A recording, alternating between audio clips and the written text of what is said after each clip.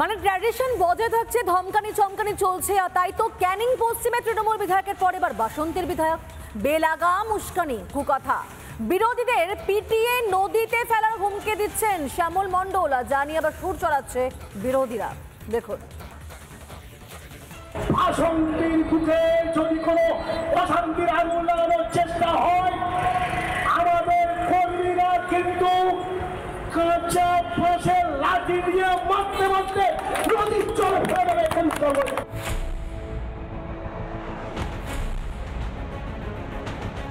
Voter তালিকা থেকে বেনজল বাদ দেওয়ার কাজ শুরু হয়েছে, আর তাতেই তেলে বেগুনে জ্বলে উঠছেন বিরোধীরা। ভোট ব্যাংককে সুরক্ষিত রাখতে তৃণমূল মরিয়া, শাসকের একের পর এক নেতার মুখে ধমক চমক।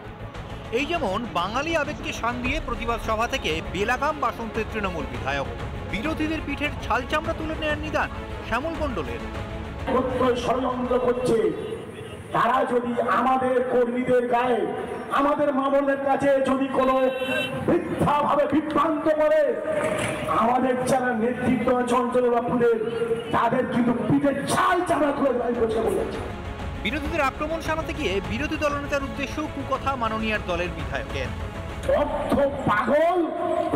পাগল শুভেন্দু অধিকারী, যে বিজেপির আর হিন্দুত্বের নাম করে বাংলার বুকে যে অশান্তি করার চেষ্টা করছে। বিরোধীদের নদীতে ফেলে দেওয়ার হুমকি, মারধরের শাসানি, কিভাবে এত স্পর্ধা সেটাও বেরিয়ে এলো শাসক বিধায়কের মুখ থেকেই, যখন তিনি বললেন পুলিশ তো তাদেরই।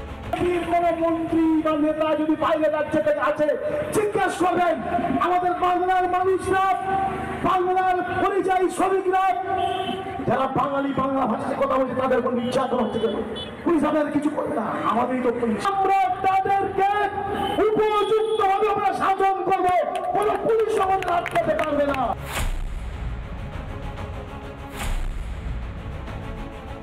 দেখুন, এটা চরম এসআইআর আতঙ্কে ভুগছে। উনি বাসন্তীতে বিরোধীদের যে বাঁশপেটার নিদান দিয়েছেন, ওনাকে আমি বলবো আপনি তৈরি থাকুন, ওখানকার সাধারণ মানুষ রেডি হয়ে আছে আপনাকে রিপ্লাই দেওয়ার জন্য। বছর গড়ালেই বিধানসভা নির্বাচন, তার আগে ভোটার তালিকা সংশোধনের কাজে যেন ক্ষমতা হারানোর ভয় ধরেছে শাসককে। কুর্সি ধরে রাখতেই হুমকি হুঁশিয়ারের অস্ত্রে শান একের পর এক নেতা বেলাগাম। রিপাবলিক বাংলা। তৃণমূলের দুর্বল জায়গা হাত পড়েছে, আর তাই ঝাঁপি থেকে একে একে সব বেরিয়ে আসছে। ভাঙনের ধমক চমকের রাজনীতি চলছিল, আর এবার ক্যানিংয়ে বিরোধী দলনেতাকে দেখে নেওয়ার হুমকি দিচ্ছেন তৃণমূল নেতৃত্ব।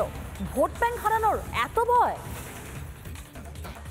কোন রোহিঙ্গার বাংলাদেশের মুসলমানকে পশ্চিমবঙ্গের মাটিতে থাকতে দেওয়া যাবে না, যাবে না, যাবে না।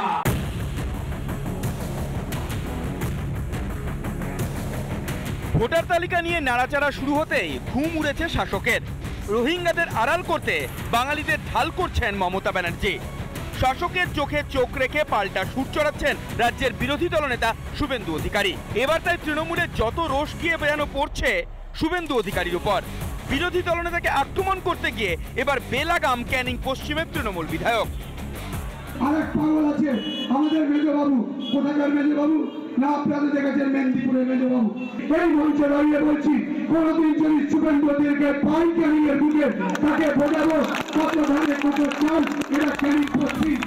ভোটার লিস্টের এসআইআর অর্থাৎ বিশেষ নিবিড় সংশোধন বিহারে শুরু হয়ে গিয়েছে, এরপর বাংলায় হবে। তাতেই শাসকের গায়ে ফোসকা পড়ছে। ভোট ব্যাংক বাঁচাতে গিয়ে শাসকের ছোট থেকে বড় সব নেতাই এখন সরব। ভোটাররা ঠিক করে দেবে সরকার কি হবে, এখন বলছে সরকার ঠিক করে দেবে ভোটার কারা হবে। এটা অবাক ব্যাপার।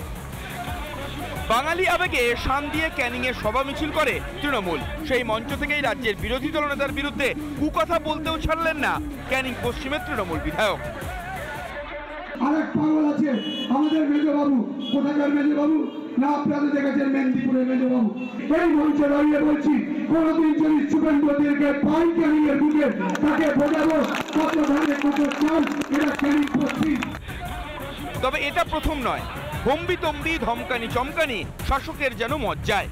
উত্তরে উদয়ন থেকে দক্ষিণে শওকত, বারে বারে শাসক নেতারা শাসানি ও কুকথার ফুলঝুরি ছুটিয়েছেন। সেই ট্র্যাডিশন এবার বজায় রাখলেন ক্যানিংয়ের পরেশ রাম দাস।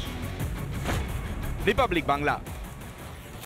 নানা ধরনের কন্টেন্ট দেখার জন্য লাইক করুন, শেয়ার করুন আমাদের ফেসবুক পেজ, সাবস্ক্রাইব করুন আমাদের ইউটিউব চ্যানেল। পাশাপাশি অন্যান্য ব্রেকিং নিউজের জন্য অবশ্যই চোখ রাখুন রিপাবলিক বাংলায়।